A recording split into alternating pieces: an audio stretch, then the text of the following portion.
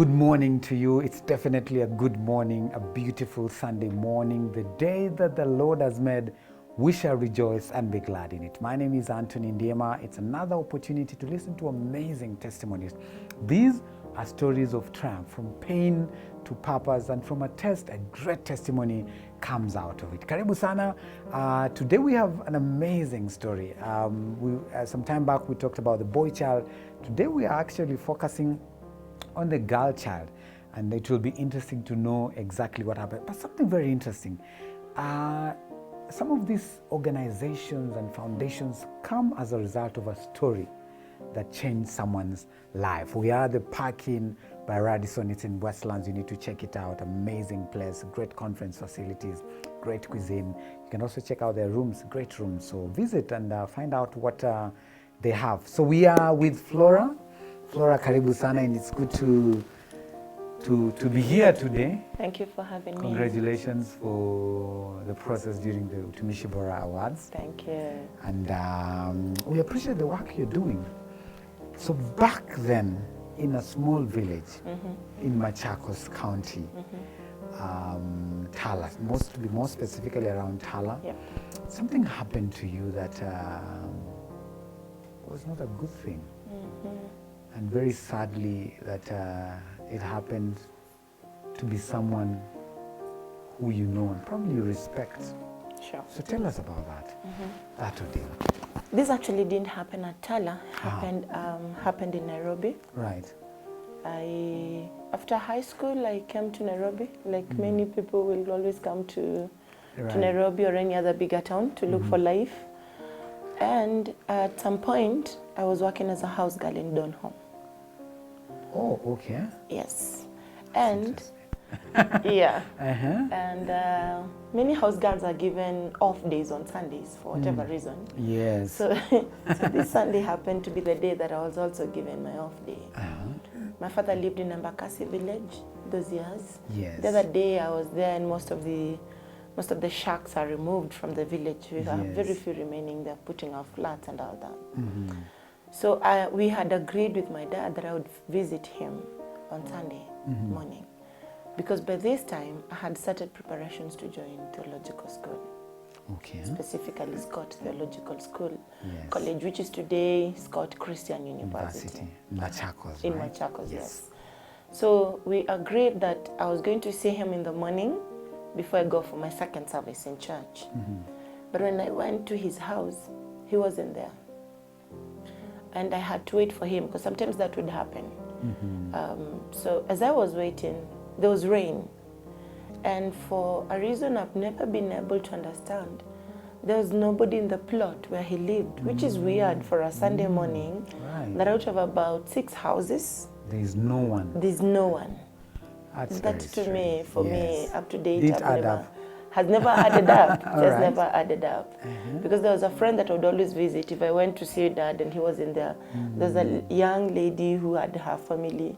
So somehow I would always have a place to sit and wait. Right. But this morning there was no one. And as I was waiting, because it's an agreement we had made, a friend came, a family friend, a person I knew from my dad's house, because they were friends. I would make tea for them and stuff like that. Right.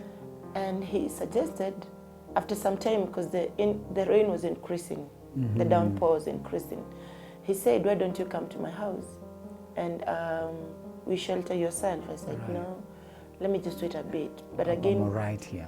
I'm all right At here. that point, there was no insecurity at all. I didn't feel it, but I wasn't the kind of a girl who would go anyhowly to a man's house. To a man's house. No. But because the amounts were increasing and dad was not coming, and I didn't feel fear, if there's a statement like that. I didn't feel like I was being scared to anything. Right. So I followed him to his house. Now when we reached his house, he started suggesting, sexual things. I never wanted to go that direction. In fact, as I was growing up, one of the things that I kept on asking myself was, if Jesus was to be born during my time, would God find a virgin like Mary right. to use? And that was my motivation, that I want to be pure for God, if not for anything else. So I followed this guy to his house. I was very slender. Actually, I wasn't slender. I was thin. You were thin then? I was thin and darker. All right. Thin, dark, okay. Yes. That's interesting combination. So how old was this man? I mean... This guy was in his 40s. Yeah, he was in his 40s, between his 40s and probably early 50s. All right. Yes, he wasn't a young person. All right. He was not anything close to my age. So this thin, yes, darker. Because I'm dark, so I was darker. Just to spare the word black. All right. So this girl follows this man to the house. Of course, going to shelter. Yes. So when we get to his house, he starts talking sexual matters. And I was like, no, if that's what you brought me here for, I'm not ready for it. All right. He insisted. I said no, and my no is a no. So he picked me up and threw me to his bed. Wow. And when I tried to resist, he held a penknife against my neck. The marks have since healed, and he tore my clothes. I didn't have enough strength to keep resisting. And he did it. He did the formidable thing, if I would say that. Right. And I remember when, after he was done, he comes out, I don't know where he rushed to. I get up and I see all the blood on the bed.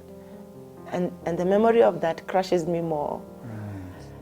So he comes in, he had torn my clothes, so I did a knot on my innerwear.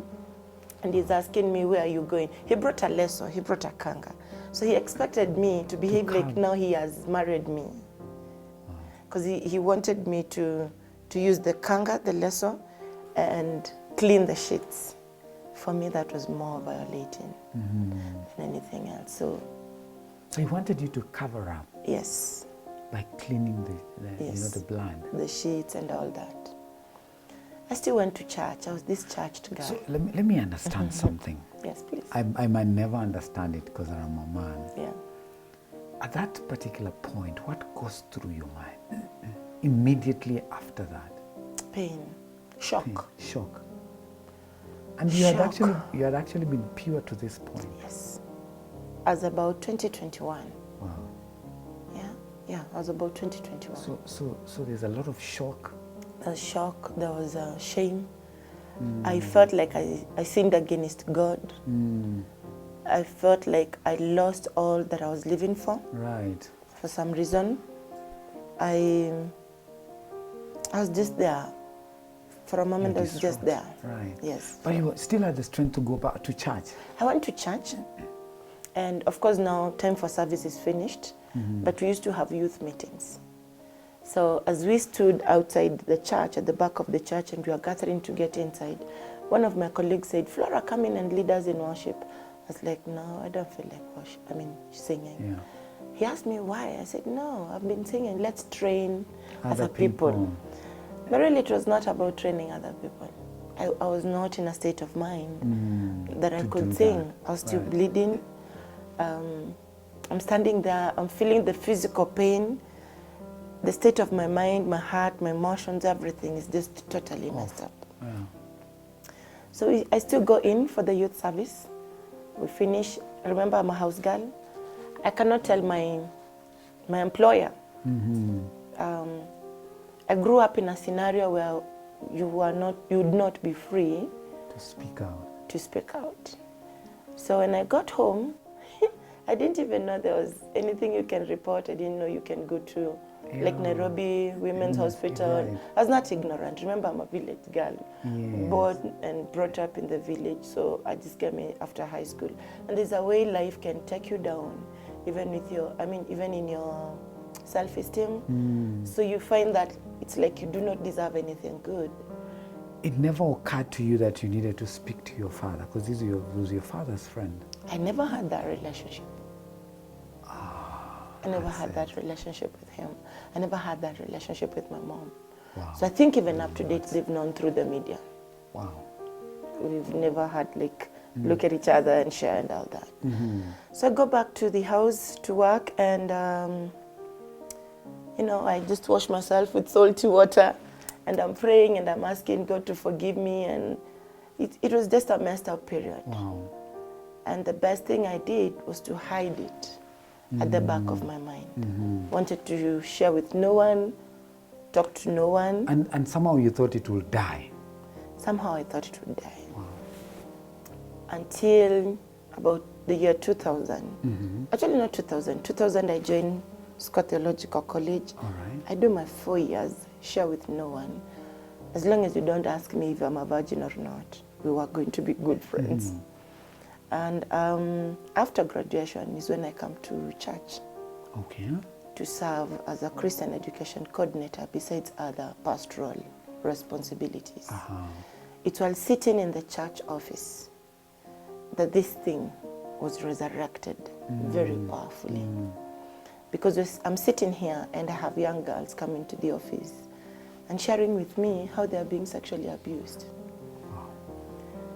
And there's a group of ladies that was meeting every Thursday, and they would always say, look for Pastor Flora. We want Pastor Flora to pray for us. I would try to run away, but it's midday. You can't always say you went for early lunch. Yes. So somehow you'll be caught up in Right. this meeting. But as this, especially the girls, as they came to my office, I kept on wondering, so this thing happens. So I How was many years not, down the line? we're looking at close to 5 years. Close to 5 years, yeah. Right. Close to 5 years, because I've gone to school for 4 years. And this happened in early 2000. Graduated in 2004, so it's towards the end of 2004, early 2005. So when they come and they're leaving the office, and the two particular cases caught my attention and pained my heart. One was an orphan in a family of 7 kids. The mom and dad had died. And they were living with their grandma. So she had to drop school out of class 7 to come to Nairobi, work as a house girl for her to be able to support the grandma, Right. bring up the siblings. And she was being abused. She was employed by a single mom who had a man in her life. And this man would see, when he came to visit the friend, he would see her off in the morning, then come back to the house. The first time he asked her for tea, asked the house girl for tea. And when she brought the tea, he grabbed her and, raped her. And he told her, there's nothing you can do. Where will you go? You have no family. All right, hold it right there. That's one of the stories that she, now she was constantly listening to. And it aroused very bitter memories in her life. We will be back with Flora in just a bit. We're taking a short break. We are at the parking by Radisson, sharing, stories that some are heart-wrenching, but some are stories of victory. Through the test, a great testimony has come out of it. Don't go too far. This is my testimony.